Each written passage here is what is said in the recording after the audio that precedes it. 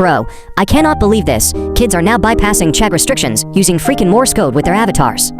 Like when their character jumps, that's a dot. When they nudge sideways, that's a dash. And suddenly, they're out here sending coded messages to older age groups like they're undercover agents in a spy movie.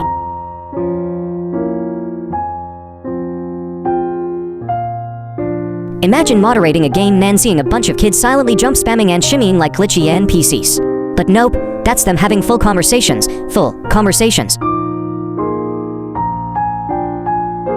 We built all these chat filters, age gates, safety systems, millions in tech, and these kids said, LOL, okay.